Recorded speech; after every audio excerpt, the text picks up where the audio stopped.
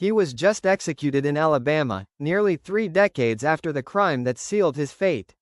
At 21 years old, he made a decision that would follow him for the rest of his life, ending inside a prison chamber under one of the most controversial execution methods ever approved. Supporters say justice was finally served, while critics call what happened state-sanctioned torture. But what's most unsettling isn't just how he died, it's who asked for mercy on his behalf. The victim's own son stepped forward with a message no one expected. And as the clock ticked down to his final moments, one detail would leave witnesses shaken. It started as a late-night stop that was supposed to be quick and quiet. Just before midnight on March 27, 1997, Jeffrey Todd West pulled up to a small Chevron gas station he knew better than most. He had worked there before. He knew the layout, the routines, and when the place was most vulnerable.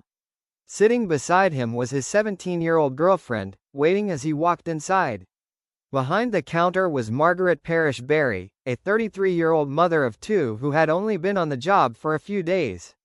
She didn't know West recognized the store as an easy target, or that this night had already been planned in his mind. To her, it was just another shift stretching into the early morning hours.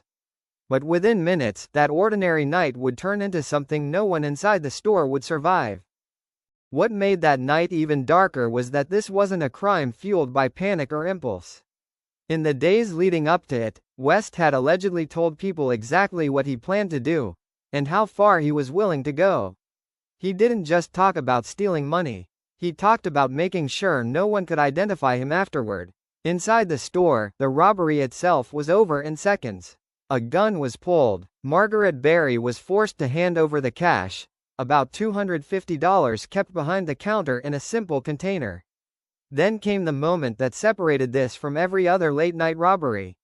She was ordered to the floor, face down, completely defenseless. What happened next was deliberate, silent, and final. By the time West walked back out into the night, one life was gone, and there was no turning back. The body was discovered just hours later, and investigators moved fast. There was no sign of a struggle, no chaotic scene, just the aftermath of something carefully carried out. But one small detail gave police a direction. A nearby gas station employee reported seeing Jeffrey Todd West inside the store in the day or two before the robbery, placing him on their radar almost immediately. The case tightened when attention turned to the person who knew him best at the time. His teenage girlfriend, Amy Pierce, was arrested as an accomplice and suddenly faced the same future he did. Under pressure, she agreed to cooperate. What followed sealed the case even further. Letters West had written from jail, some with words deliberately erased. Forensic analysts later recovered what was hidden, and with that, the prosecution believed they had everything they needed. When the trial finally began, it didn't just decide West's fate, it raised serious questions about how it was handled. From the moment he entered the courtroom, jurors noticed something unusual. Strapped to his body was an electric shock belt, capable of delivering tens of thousands of volts. It was tested in front of him before proceedings even started, a move critics later said could influence how a jury viewed a defendant before a single word was spoken.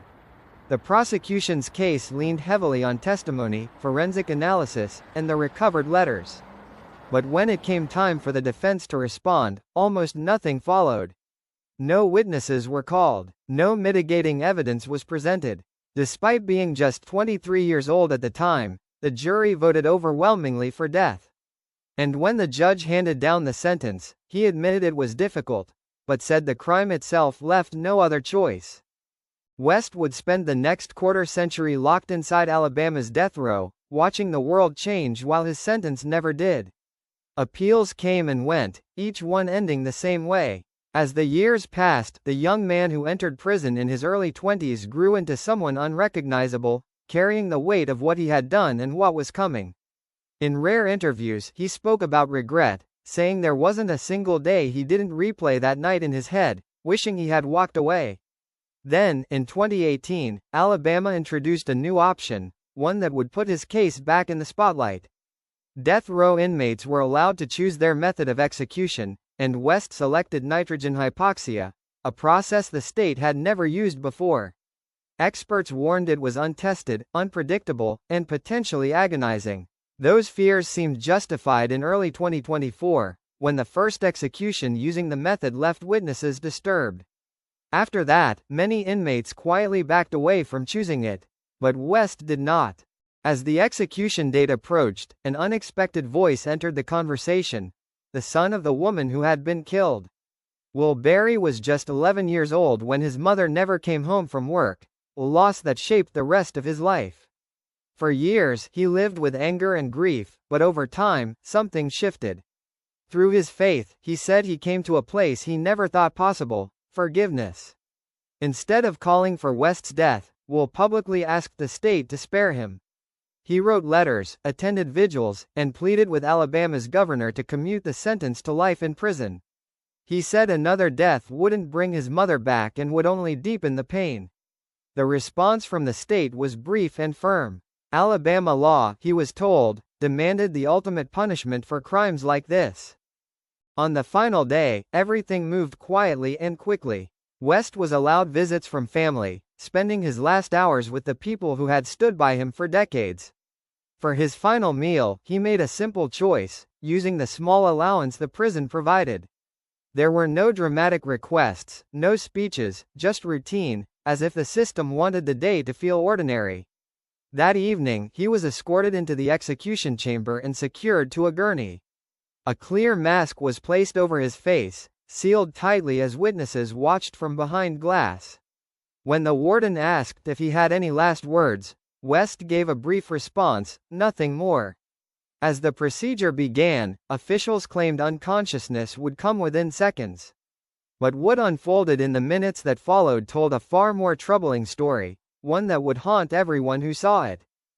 Jeffrey Todd West was pronounced dead at 50 years old, closing a case that had stretched across nearly 3 decades. In a final statement released through his attorney, he said he had privately apologized to Margaret Barry's family and expressed gratitude for the forgiveness shown by her son. He also shared that he had found faith in his final years and believed he was at peace with what was coming.